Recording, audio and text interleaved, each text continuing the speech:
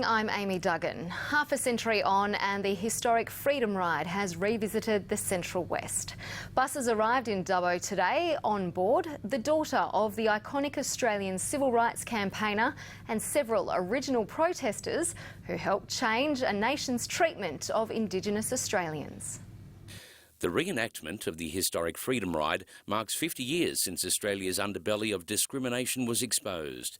It honours a great Australian, Charles Perkins, and a brave group of Sydney Uni students who set out to protest and highlight the treatment of the Indigenous population and possibly change a nation.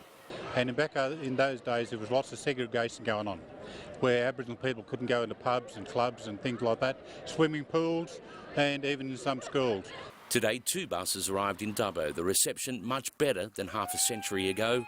The Freedom Ride came to a head in Moree, where segregation reared its ugly head. There, in the blaze of publicity and summer heat, Indigenous children were banned from the local swimming pool. So he exposed Australia for what it was, and now we benefit from what those people did back in years gone by, and that also led to the 67 referenda as well. That finally recognised our first Australians. Today, Dubbo honoured them with its own Freedom March as crowds gathered to welcome 2 busloads of Freedom Riders still seeking equality, among them the daughter of Charles Perkins.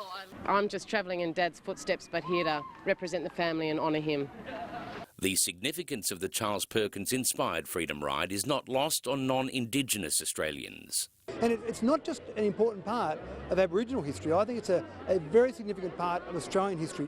The Freedom Ride was one of those things that had to happen. As Dad said, if they didn't do it, someone else would have.